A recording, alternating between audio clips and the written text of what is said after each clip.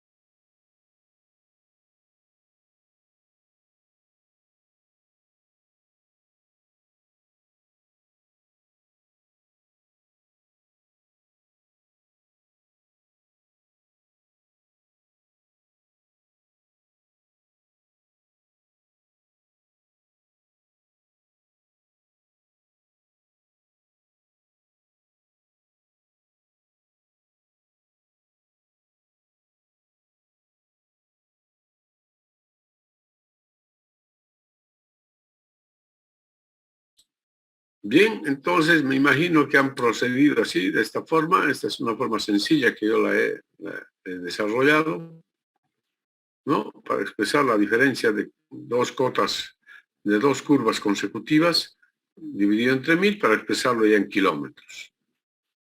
El área sub i y el beta sub i, como ya les he explicado. Y luego el producto de esto por esto y raíz cuadrada.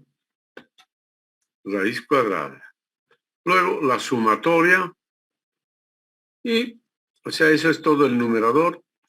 Y aquí dividido entre la altura del rectángulo equivalente, que este valor habíamos obtenido cuando calculamos el rectángulo equivalente, 60.32, raíz cuadrada.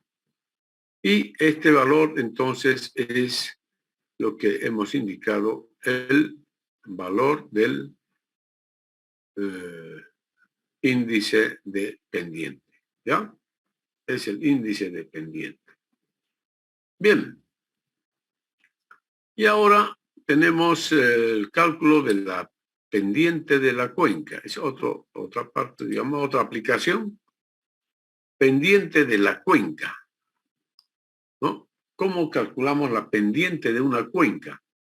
La pendiente de una cuenca, en primer lugar, es un parámetro muy importante en el estudio de toda cuenca desde el punto de vista hidrológico, ¿no? Tiene una relación importante y compleja con la infiltración, la escorrentía superficial, la humedad del suelo y la contribución del agua subterránea a la escorrentía. Es uno de los factores que controla el tiempo de escurrimiento y tiempo de concentración de la lluvia en los canales de drenaje y tiene una importancia directa en relación a la magnitud de las crecidas. O sea, la pendiente de la cuenca es un factor, pero sumamente importante, estimados jóvenes y señoritas. Existen diversos criterios para evaluar la pendiente de una cuenca. Ya, ahí son algunos criterios que se han dado: el criterio de Albor, el criterio de Horton, el criterio de Nash y el criterio del rectángulo equivalente. Ya, entonces les decía que como una aplicación del rectángulo equivalente, entonces es que podemos calcular también la pendiente de la cuenca. Ya, y acá tenemos el cálculo de la pendiente de la cuenca mediante el criterio del rectángulo equivalente. Entonces, la pendiente de la cuenca es una pendiente media, digamos, pendiente media de la cuenca, va a ser igual a H entre L, directamente, donde H es el desnivel total que existe en la cuenca, es decir, la diferencia entre la cota más alta y la cota más baja.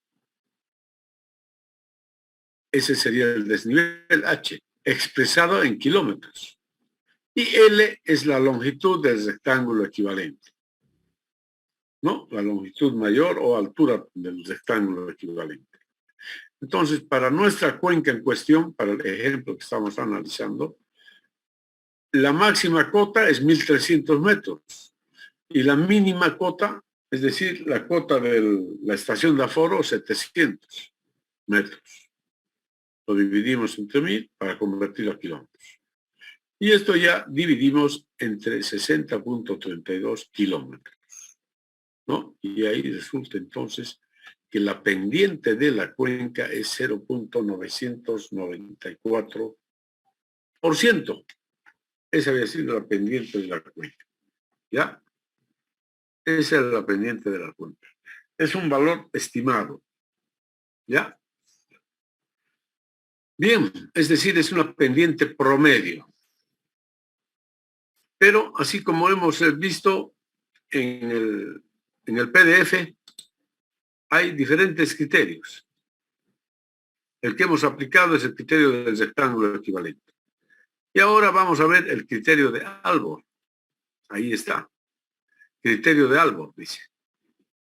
Este criterio está basado en la obtención previa de las pendientes existentes entre las curvas de nivel. ¿Ya? Esta es la cuenca y estas son las curvas de nivel.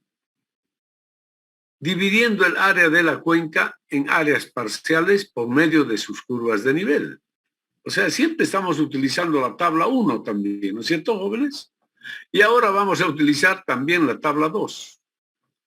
Y las líneas medias de las curvas de nivel se obtiene así la figura, dice. Ahí tenemos la cuenca y las curvas de nivel.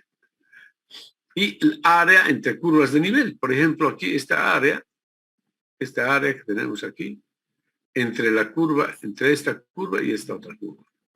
Esta es una curva media. ¿Ya? La media aritmética de esta cota y esta cota. Y así para cada una de ellas. Entonces, ¿cómo podemos obtener la pendiente de esta zona, de esta porción del terreno? Si conocemos el área y conocemos el desnivel que existe, porque conozco esta cota y conozco esta otra cota. ¿Ya?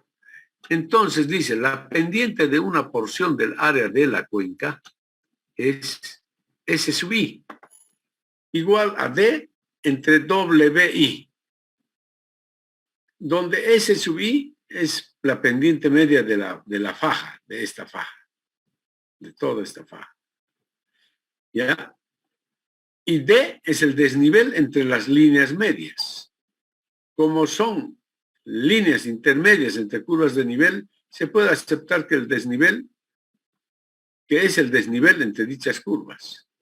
O sea, este sería el desnivel entre esta curva y esta curva. ¿Ya?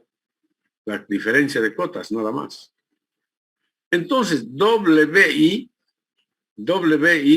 sería el ancho prácticamente, o más bien, no, sería, fíjense, WI resulta ser el área A sub I dividido entre L sub I. ¿Ya? WI es A sub I entre L sub I. Aquí está, fíjense, la pendiente de la cuenca sería D entre WI. ¿Qué es WI? Es más o menos, es esta distancia. Una distancia promedio. Porque ¿qué es la pendiente?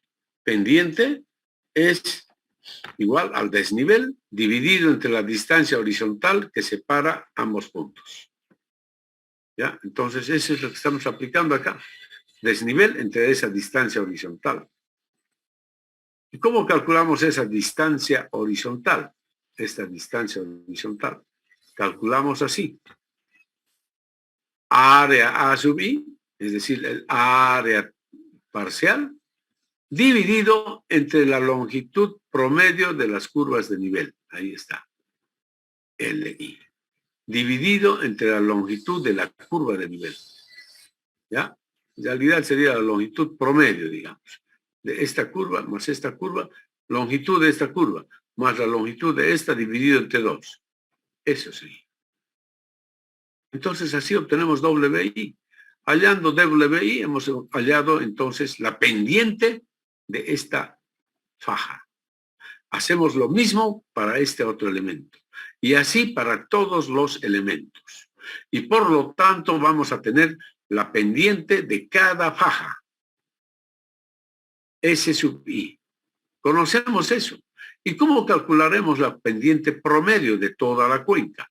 Sacando la media ponderada en área.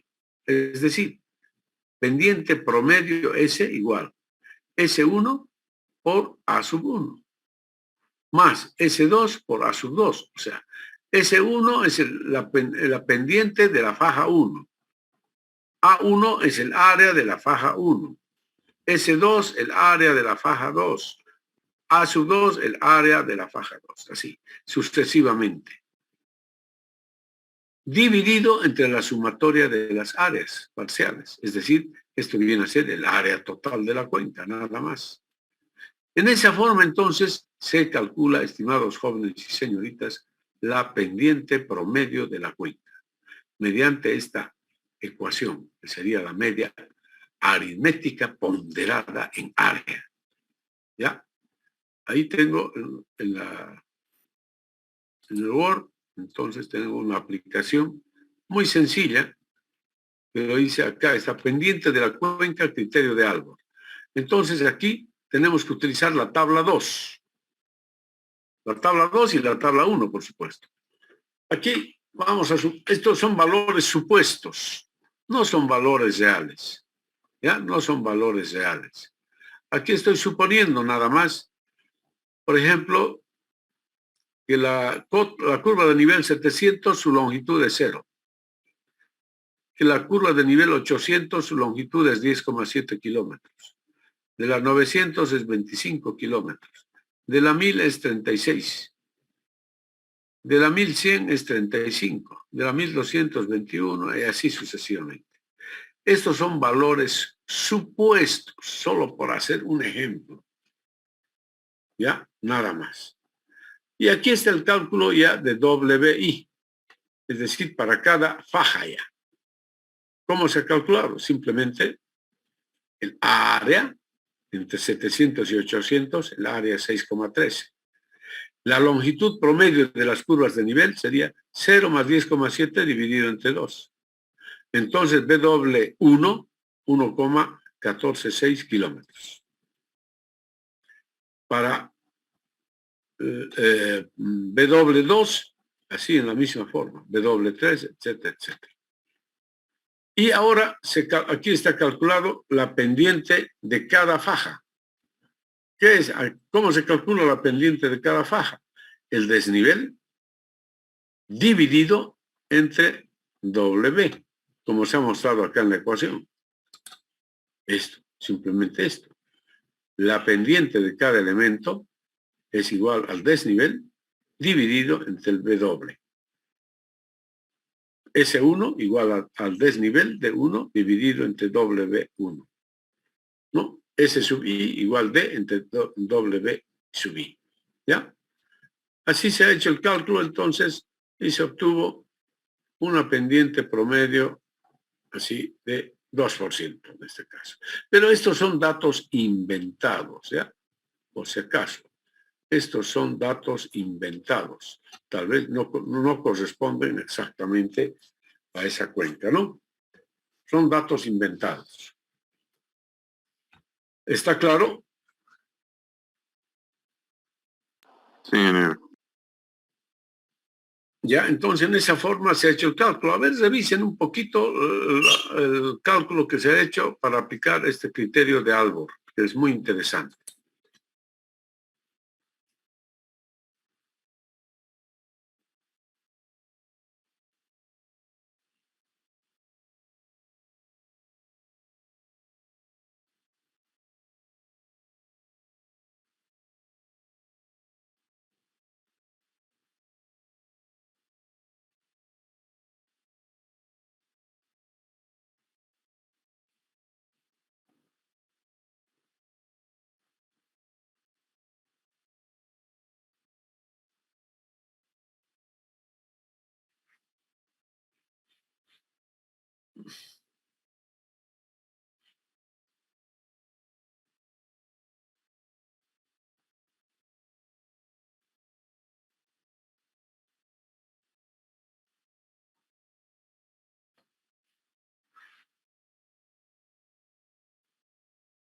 Entonces aquí estamos aplicando ya los datos de la tabla 2.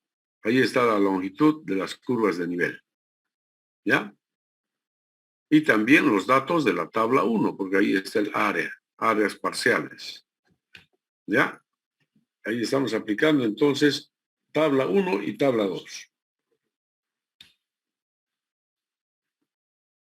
Bueno, entonces con ello ya hemos aplicado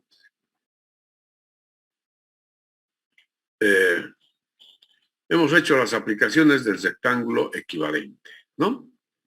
Bien, y ahora ya viene otra parte de los parámetros morfométricos de la cuenca, y uno de ellos muy importante es el perfil longitudinal del curso del agua, es decir, del curso principal. del río principal. Perfil longitudinal del río principal. Es decir, si nosotros trazamos, si este es el río principal, ahí están las curvas de nivel, podemos nosotros dibujar muy bien su perfil longitudinal, ¿no? Vamos a trazar el perfil longitudinal. Y les voy a mostrar acá en el ejemplo que yo hice para Word, en Word. Ahí está, digamos, la cuenca, y este es el río principal, ¿no? Entonces, vamos a determinar el perfil longitudinal del río principal. Estos también son datos supuestos, ¿ya? Ustedes saben cómo trazar el perfil longitudinal, eso es, para ustedes, pues, es su chicle. Ustedes conocen muy bien de topografía, etcétera, diseño de caminos y todo, entonces perfiles longitudinales es para ustedes algo demasiado simple. Entonces estamos trazando el perfil longitudinal, digamos, de este río. Entonces aquí tenemos el punto 1, 2, vamos a suponer que es el punto 1, el 2, el 3, el 4, el 5, etcétera. La cota más alta, 1300, la siguiente 1200, etcétera, y la más baja es 700, que corresponde a este punto. La distancia horizontal en kilómetros se refiere a la distancia, a la longitud del río, pero no es una longitud recta, no es una línea recta, sino según el desarrollo del río, según el desarrollo del río. Entonces se debe medir la longitud real del río, según el desarrollo, ¿ya? Entonces, a eso se refiere estas longitudes horizontales parciales. Distancia horizontal parcial, digamos, ¿no? Ahí está, estas son las distancias horizontales parciales. Datos, estos son datos inventados, por si acaso, solo para hacer un ejemplo numérico. Distancia acumulada, ya saben cómo es. 0 más 0,3, 0,3, 0,3 más 0,5, 0,8, 0,8 más 0,8, 1,6 y así sucesivamente. Entonces la distancia acumulada total del río es 11,8 kilómetros. 11,8 kilómetros es la distancia desde el origen hasta los puntos de salida. Luego, aquí hemos calculado algo muy interesante, la pendiente de cada tramo. Ustedes saben que la pendiente de un tramo ha de ser igual a ¿qué? Al desnivel que existe entre los puntos extremos, dividido entre la distancia horizontal que los separa. O sea, para hallar esta pendiente, hacemos 1300 menos 1200, expresado en kilómetros, y dividido entre la distancia horizontal, dividido entre 0,3. Ahí está la pendiente. Para la otra, 1200 menos 1100, dividido, esto expresado en kilómetros, dividido entre 0,5. Y ahí está. Y así sucesivamente. Entonces, esta columna representa la pendiente de cada subtramo, ¿no? Así como se muestra acá en la figura. Ahí está. Este sería el perfil longitudinal del río con los datos inventados, ¿ya? Y como podrán apreciar, el perfil longitudinal de un río es normalmente así como se ve en la figura, ¿no? Cerca del origen, las pendientes siempre son pendientes muy fuertes, ¿ya? Pendientes muy grandes, y que a medida que el río va descendiendo, entonces también la pendiente va disminuyendo. La pendiente va disminuyendo en los ríos, ¿ya? Este es el comportamiento general de los ríos. Entonces, en la cuenca alta, las pendientes son fuertes. Y a medida, entonces, que el río va descendiendo, la pendiente también va disminuyendo. Así es el comportamiento, por ejemplo, del río Piraí también. ¿Ya? Así es. Entonces, aquí podemos ver que el río presenta diferentes pendientes, ¿no? Pendiente aquí, unas pendientes mayores y las pendientes van disminuyendo. Entonces, aquí el criterio dice, ¿Cómo podemos calcular la pendiente del río? La pendiente del río. Entonces podríamos calcular, por ejemplo, hay dos formas, digamos. Una pendiente, aproximadamente una pendiente promedio, que sería la pendiente promedio, que sería el desnivel entre el punto más alto y el punto más bajo, dividido entre la distancia horizontal que separa ambos puntos. Ese sería, digamos, sería un valor de la pendiente promedio. Pero aquí, en este caso, estamos suponiendo que el río tiene un desarrollo rectilíneo, así. ¿No es verdad? Estamos suponiendo eso, lo cual no es cierto, ¿no? Y estamos aceptando una pendiente así de esa magnitud. ¿Ya? Bien, pero hay un criterio muy interesante para calcular la pendiente promedio, y es el llamado criterio de Taylor-Schwarz. Taylor-Schwarz nos dice que la pendiente promedio del río se puede calcular mediante esta expresión. Sumatoria, aquí en el numerador, una sumatoria de los L sub I. Y en el denominador, una sumatoria, fíjense, de cada L sub I dividido entre S sub I a la 0,5. Es decir, cada subtramo dividido entre su pendiente, entre la raíz cuadrada de su pendiente. Entonces se hace este cociente y se lo eleva al cuadrado y se obtiene la pendiente promedio. ¿Ya? Ahí dice en esta ecuación, entonces, donde S es la pendiente media del cauce, según el criterio de Taylor-Schwarz. L sub I es la distancia horizontal parcial, que ya la tenemos en la tabla. S sub I es la pendiente del tramo, que ya lo tenemos calculado para cada tramo. De la tabla anterior se tiene entonces, bueno, esto ya, ahí está la tabla, ¿dónde está la tabla? Seguramente aquí. Aquí está la tabla, ¿no es cierto? Esta tabla. Ahí está, fíjense. Ahí está la pendiente de cada tramo. De cada tramo. Es decir, de este tramo, de este tramo, de este tramo, de este tramo, etc. Y aquí está L sub I entre la raíz cuadrada de la pendiente. ¿No? El cálculo ese. El L sub I, la distancia parcial entre estos dos puntos, dividido entre la raíz cuadrada de su pendiente. Entre este. Ahí están los valores. ¿No? Y luego hacemos la sumatoria. Sumatoria de esto, de acuerdo a la ecuación de Taylor-Schwarz. Ahí está. Es decir, estamos calculando el denominador ahí. Porque el numerador es la sumatoria de los L sub I, nada más. Es decir, en este caso viene a ser la sumatoria de los L sub I sería la longitud acumulada, longitud total acumulada en el numerador. Es decir, esta longitud, lo que nos da acá. La distancia acumulada, este valor. Y es ese valor. Entonces ahora simplemente hacemos esa división. Este valor dividido entre esto y lo elevamos al cuadrado. Y obtenemos entonces así la pendiente promedio de la cuenca. 2.98%, dice, ¿no? La pendiente promedio de la cuenca, 2.98%, de acuerdo al criterio de Taylor-Schwarz. ¿Ya? De acuerdo a este criterio. Taylor-Schwarz. ¿Ya? Entonces, en esa forma, mis estimados jóvenes y señoritas, se hace el cálculo de la pendiente promedio.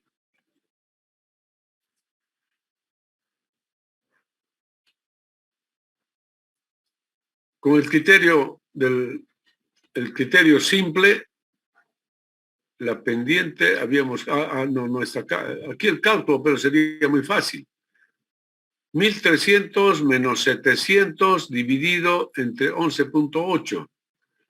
y dividido entre 1000. ¿Cuánto sale, jóvenes? El criterio simple. 1300 menos 700, ¿no? Es el criterio simple. Dividido entre 1000 y esto dividido entre 11.8 y nos da una pendiente del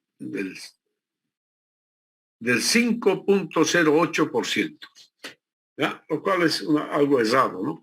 Es decir, para ese cálculo estamos considerando que que el río tiene un desarrollo rectilíneo, así como se lo voy a dibujar.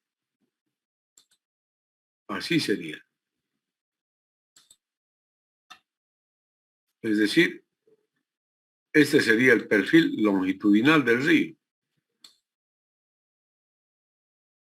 Así sería.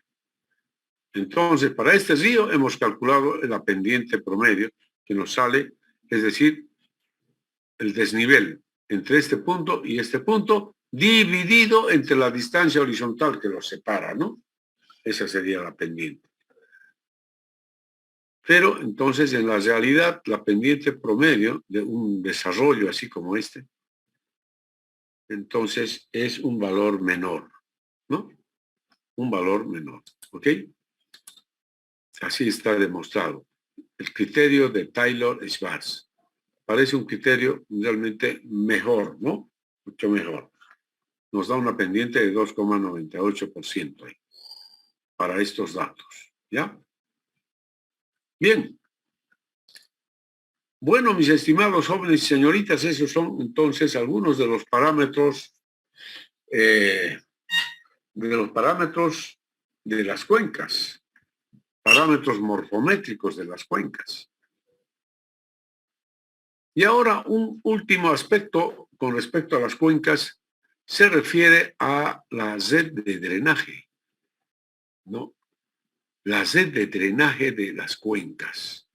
¿Qué es la red de drenaje, en primer lugar? Dice, la red de drenaje de una cuenca se refiere a las trayectorias o al arreglo que guardan entre sí los cauces de las corrientes naturales dentro de ellas.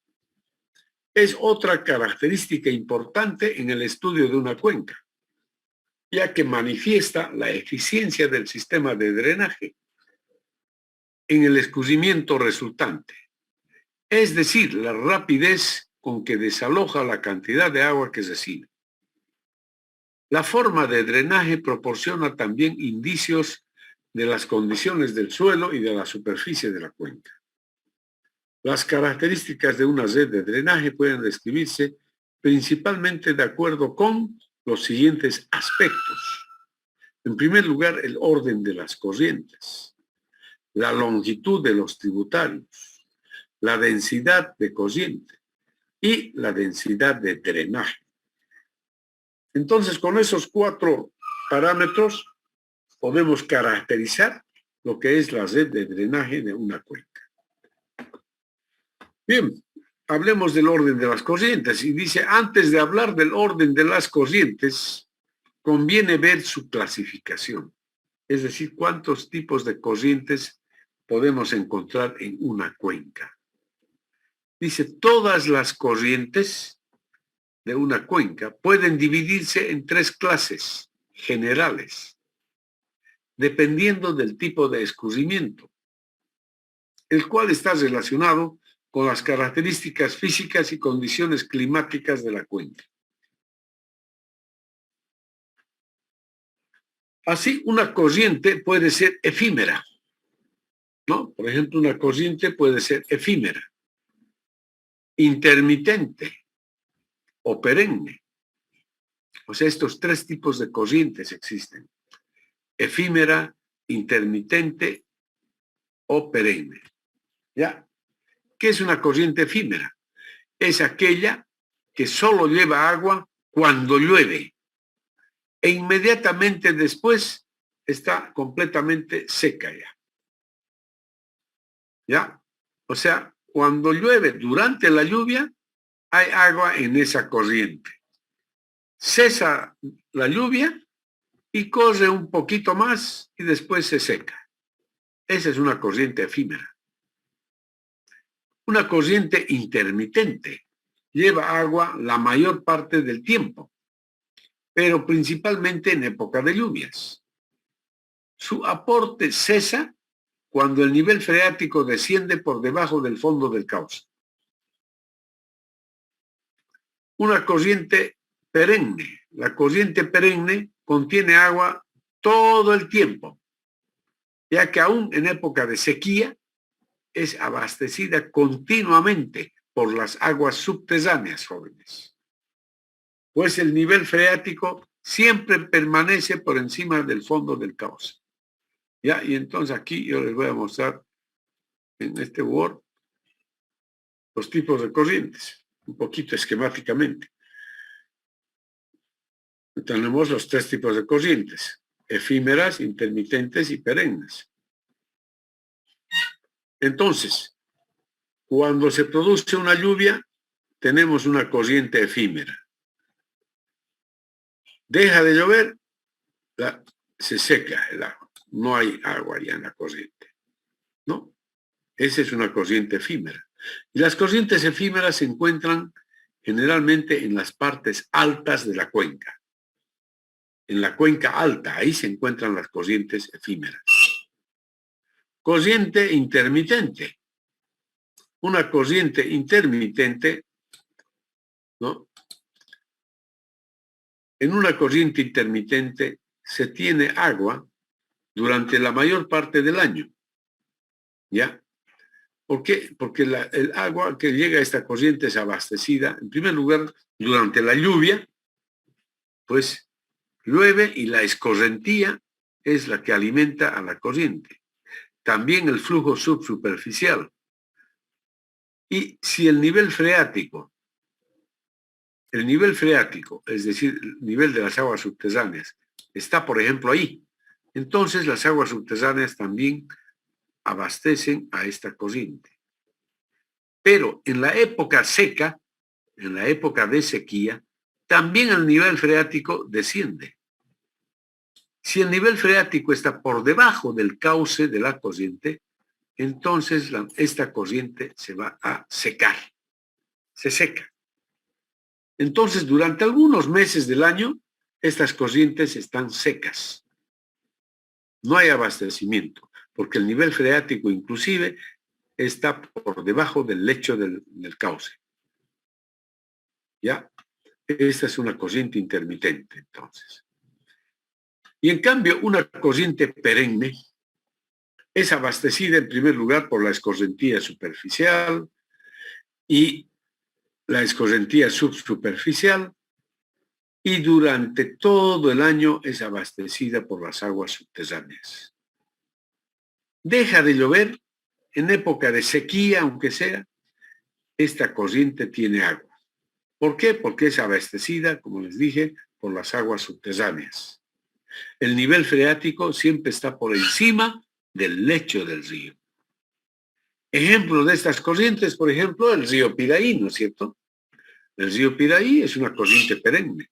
El río Grande, el río Mamorés y todos estos ríos grandes son corrientes perennes, porque son abastecidos por las aguas, en primer lugar, por la escorrentía superficial, y cuando deja de llover, estas corrientes son abastecidas por las aguas subterráneas. ¿Ya? Entonces, esos son los tres tipos de corrientes que se presentan en las cuencas. Está claro, ¿no?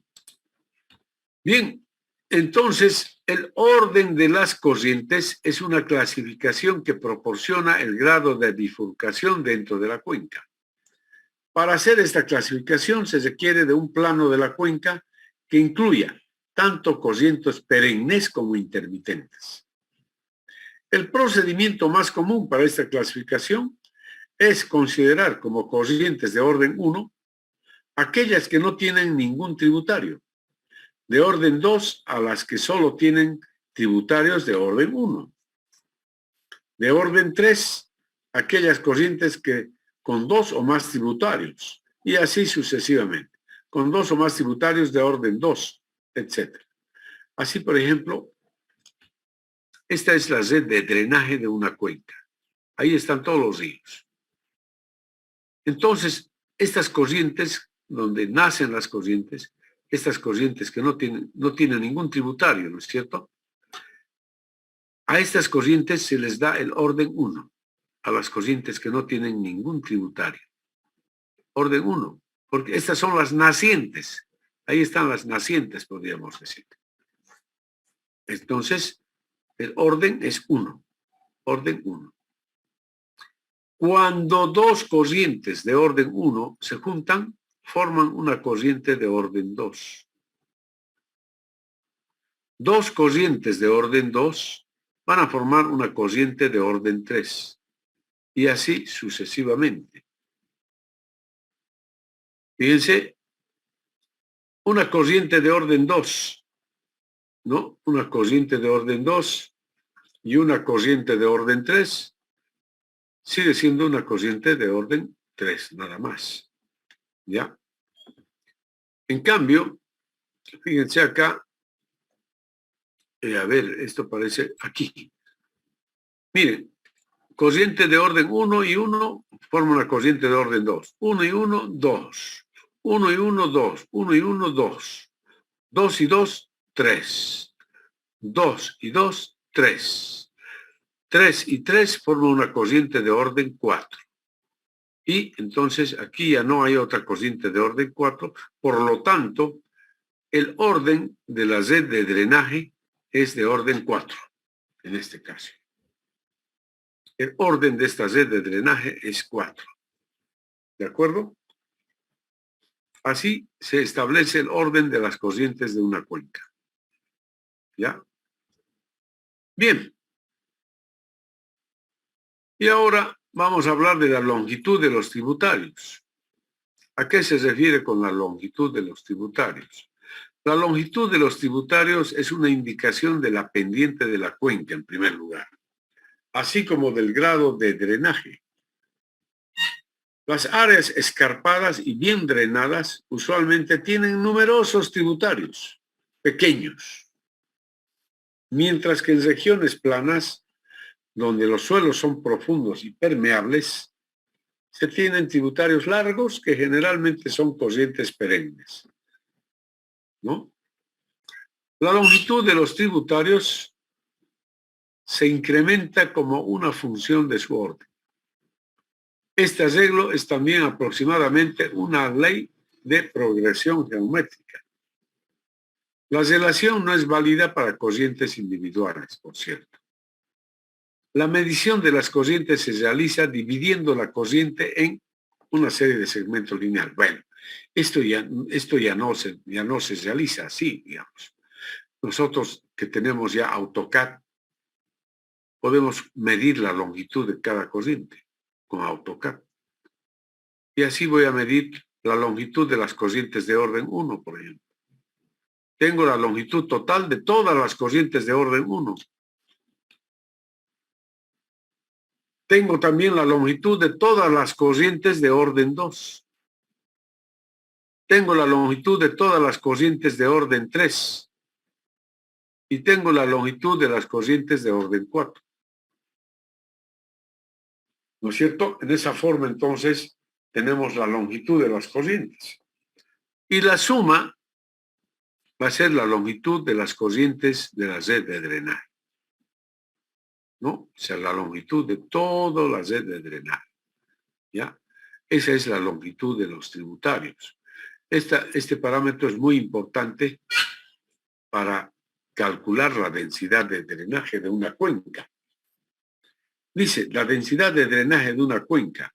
Esta característica proporciona una información muy importante, podríamos decir, ya que se expresa como la longitud de las corrientes por unidad de área, es decir, densidad de drenaje igual, longitud de todas las corrientes dividido entre el área de la cuenca.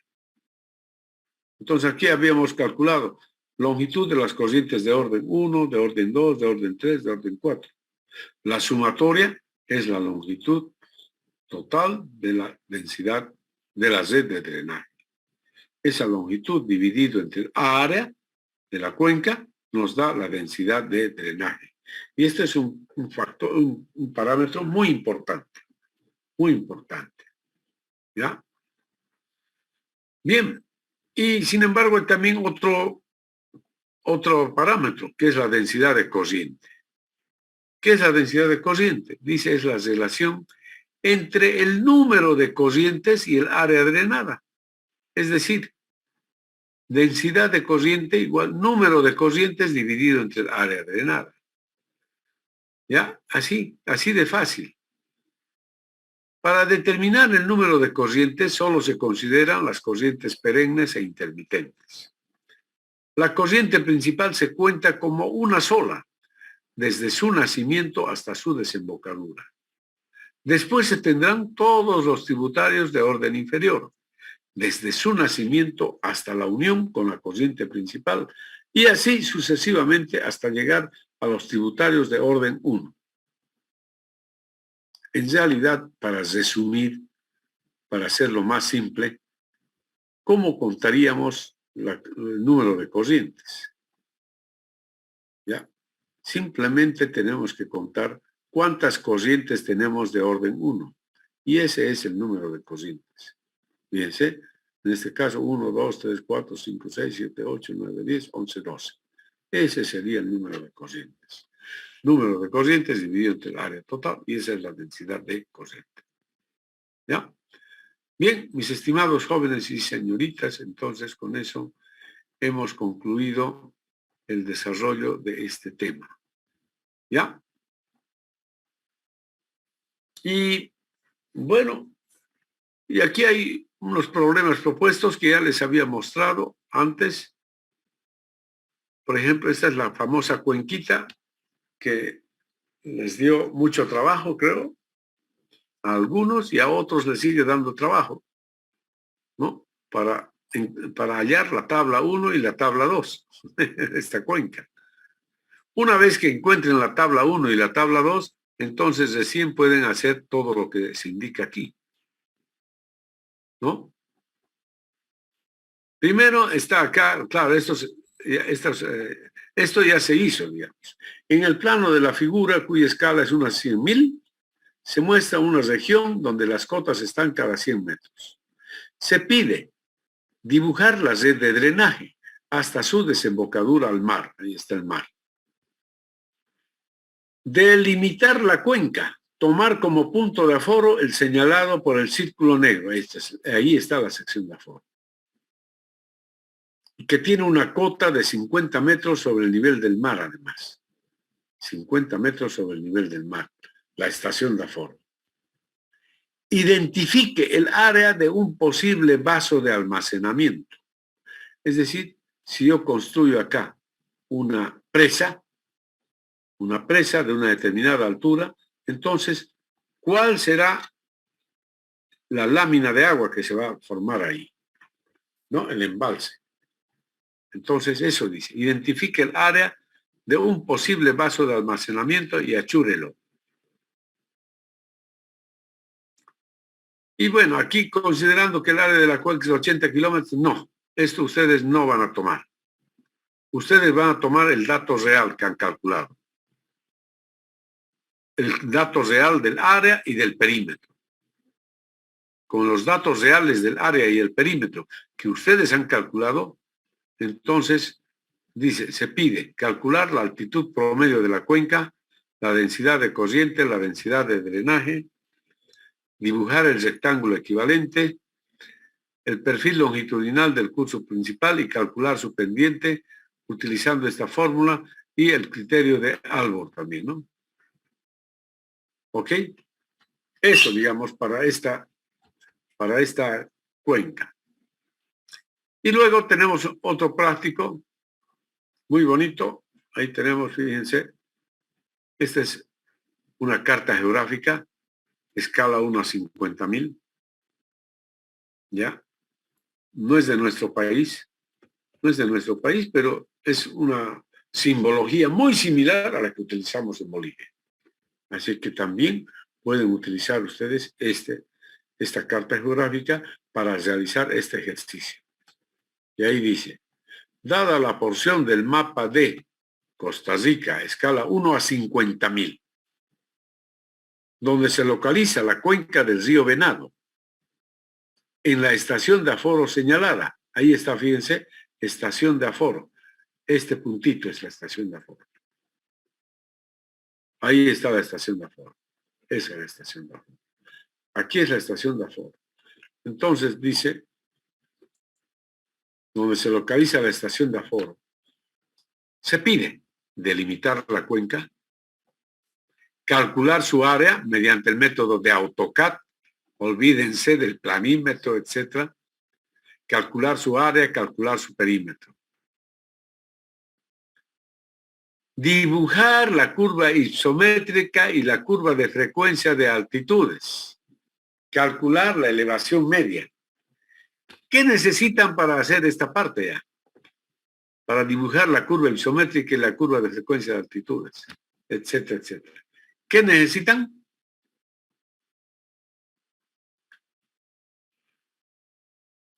¿Qué requieren?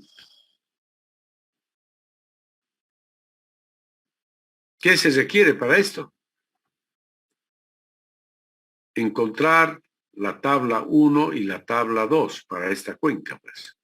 Ustedes van a hallar primeramente, van a trazar la cuenca aquí y luego determinar la tabla 1 y la tabla 2 para esta cuenca, y con esas tablas recién van a poder realizar todo lo que viene a continuación.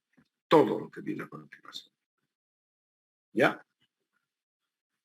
Eso es. Entonces, esa sería la tarea, mis estimados jóvenes y señoritas.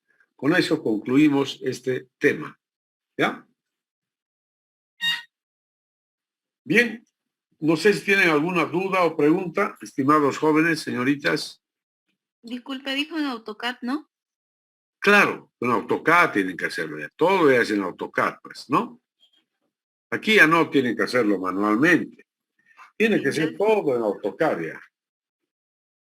Utilicen AutoCAD para hacer todo ya. ¿No es cierto? ¿Está claro, jóvenes, señoritas? Sí, ingeniero. Sí. Muy bien.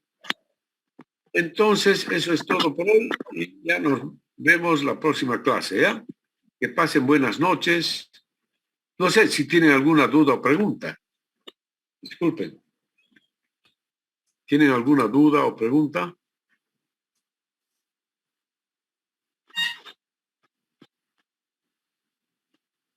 Bueno, creo que no hay nada. Entonces, que pasen buenas noches. Hasta mañana con algunos y hasta pasado mañana con los demás. Chao, chao, chao.